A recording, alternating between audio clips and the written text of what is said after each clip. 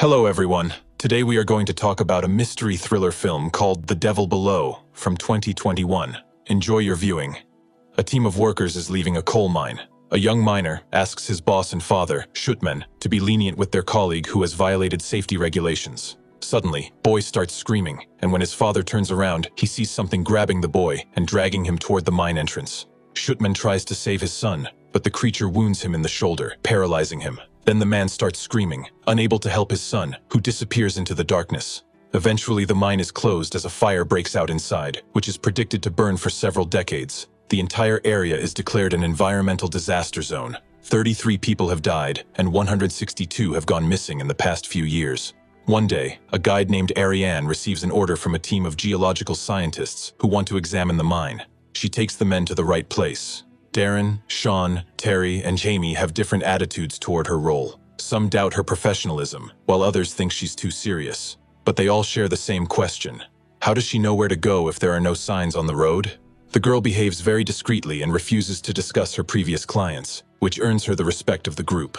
Soon they enter a small village and stop at a store.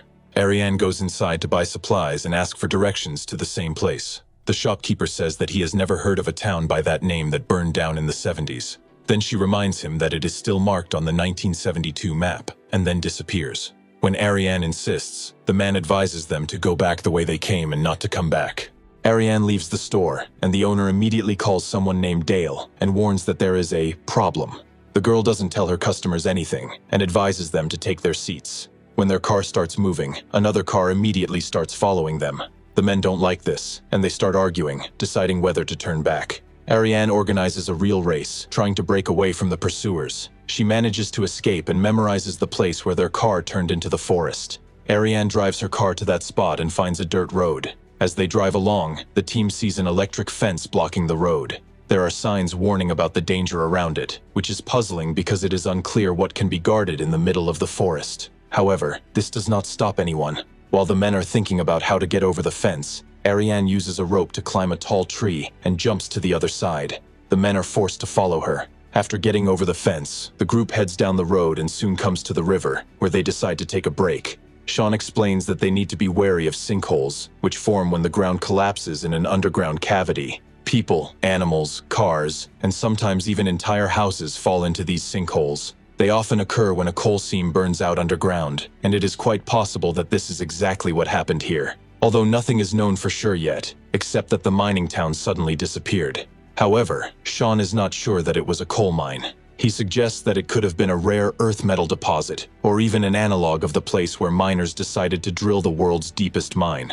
At a depth of 12 kilometers, they came across a void, and when scientists recorded the sounds coming from there, it was terrifying because it seemed that people were screaming there, going through hellish torments. Darren, however, ridicules these theories, explaining that it is usually just the echo of tectonic plate friction, which occurs wherever the integrity of the soil is disturbed by mines.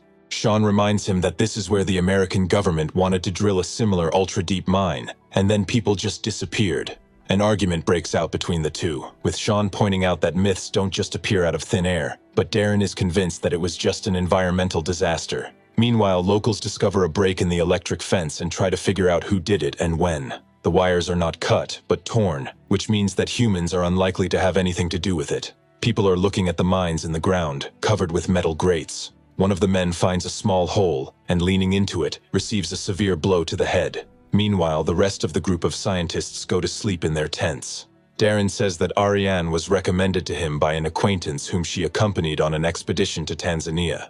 Despite her difficult personality, the girl is a true professional and very brave. Meanwhile, the leader of the locals, Shutman, orders one of his men, Dale, to find those who have entered the territory and get rid of them at any cost. At the geologists' camp, Darren tells Ariane that all his friends are professionals. Terry is an excellent technician, Sean is a respected geologist, and Jamie is a security guard. This alarms Ariane, who doesn't understand why the scientists need to be protected from, and she wonders what exactly they hope to find here. Darren admits that there is unusual coal in this place, anthracite of ultra-high quality, and if they manage to take samples and understand why it burns, perhaps in the future people will be able to prevent such fires.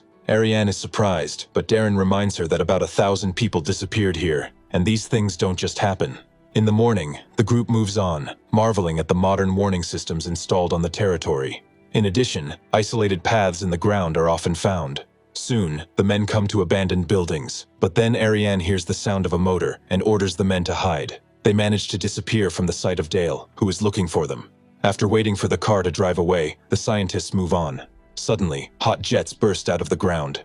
People see the houses of the same disappeared town. The group examines them, surprised that the buildings have survived because they were built more than 100 years ago. They enter an old store where everything inside is still in place, as if the inhabitants had simply evaporated or quickly left the house. After looking around the building, they go out the other side and find themselves on the edge of a huge place. Despite the joy of the discovery, they are surprised to find a gap covered by a makeshift roof. Tense as they are, they break through the fence and lower the sensors into the dip to map the tunnels beneath it and analyze the air composition in the mine.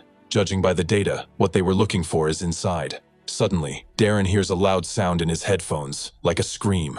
Terry takes the headphones away and listens, not realizing that he has one foot in the hinge that holds the device inside the sinkhole. The next moment, someone pulls the rope hard, and the man is pulled into the sinkhole. Everything happens very quickly, and people can only hear him screaming for help, not realizing what has happened.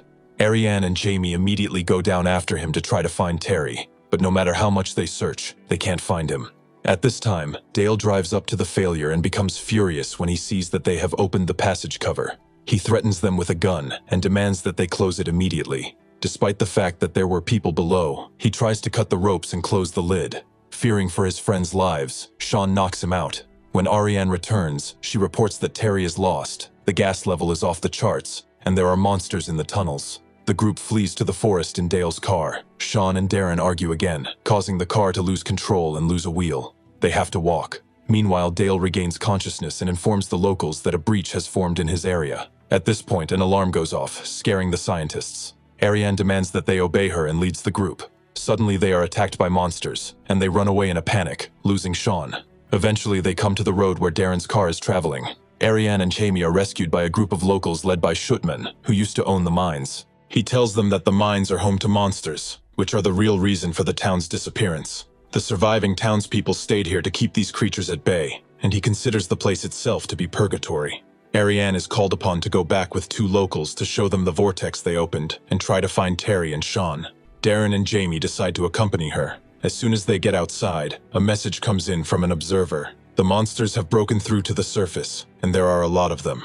Elroy sacrifices himself to distract the monsters and give his friends a chance to get to the sinkhole and close it, while the rest of the group runs to an underground shelter. However, it turns out that the monsters have already gotten inside. It's impossible to hide from them, because their hearing is much sharper than human hearing, and even the slightest noise gives people away. A girl named Shelby also decides to distract the monsters, ordering Ariane and the men to run away and not to fall into the monsters' clutches. As expected, the scientists run away, but they are caught up. Jaime tries to kill the monsters with a grenade, but one of the creatures attacks him and knocks the grenade out of his hands. An explosion occurs, and the man is killed. Darren and Ariane continue their journey alone. Exhausted, the boy confesses to Ariane that this expedition was not organized to map the area, as he had assured her.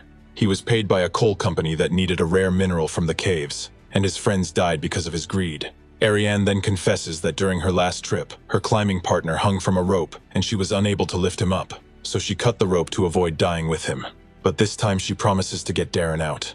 Darren refuses to go any further, and Ariane leaves alone, promising to return with help. Meanwhile, Schuttman's team shoots the monsters that have broken out to the surface. Ariane hears the gunshots, follows the sound, and reaches the surface, but is grabbed by one of the monsters, which paralyzes her with poison. Later, she regains consciousness on a raft, which is controlled by one of the creatures. When they reach the lair, she meets Darren and Sean, who have also been captured. Sean explains that these creatures are a species that reproduces and colonizes territories, like ants or bees, but they are feeding it to the queen, a bloated, immobile creature with teeth. The others also try to feed the queen, but Ariane uses the grenade Darren gave her to kill her. They run away and start climbing up the rope. However, one of the creatures attacks Darren. Ariane gives him a knife so that he can defend himself, but realizing that it is poisoned, Darren cuts the rope, saving Ariane at the cost of his own life. The locals arrive, and one of them wants to cut the rope to condemn Ariane to certain death, but Schuttman stops him and helps the girl escape. The locals use flamethrowers and rifles to drive the monsters back into the tunnels, and Schuttman takes Ariane behind a fence. He tells her about the death of his son and asks her to help him drive the monsters underground, but the girl does not believe that humans can defeat them and walks away. However, she returns a minute later, determined to fight. If you have watched the video so far, you should know that I am happy to have viewers like you. Thank you for watching to the end. Subscribe to the channel and follow the news. Klonsak Recapped was with you. See you soon.